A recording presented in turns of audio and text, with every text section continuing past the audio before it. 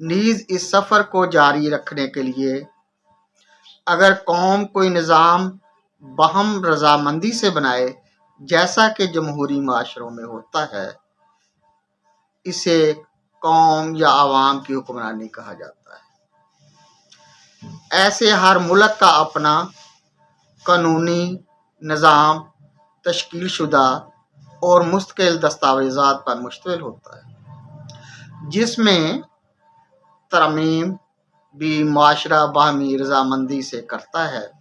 ایسے نظام کی نگرانی کے لیے جو نظام تشکیل دیا جاتا ہے اسے عدلیہ کا نام دیا گیا ہے۔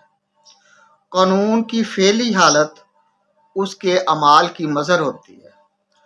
قومی اعمال جو افعال سے فرداً اور اجتماعی طور پر سرزد ہوتے ہیں قومی حالت کا عکس بن جاتے ہیں، جسے دیکھ